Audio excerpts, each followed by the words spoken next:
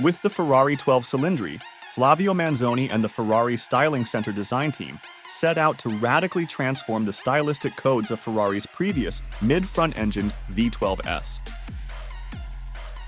The car marks a clear departure from the sculptural language that characterized the 812 Competizione, for example, instead favoring a more sophisticated language that still retains the necessary formal design rigor to achieve a sense of stylistic unity.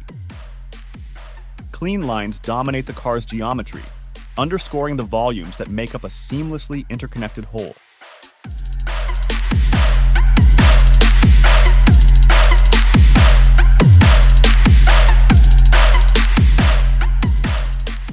The ultra-clean flanks sweep back along the entire car from a dihedral section.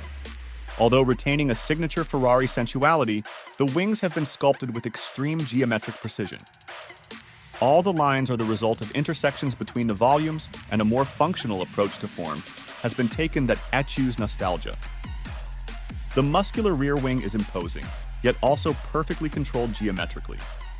On the front wing, that muscular tension extends slightly, coming to rest along the flank and further accentuating the car's monolithic aesthetic.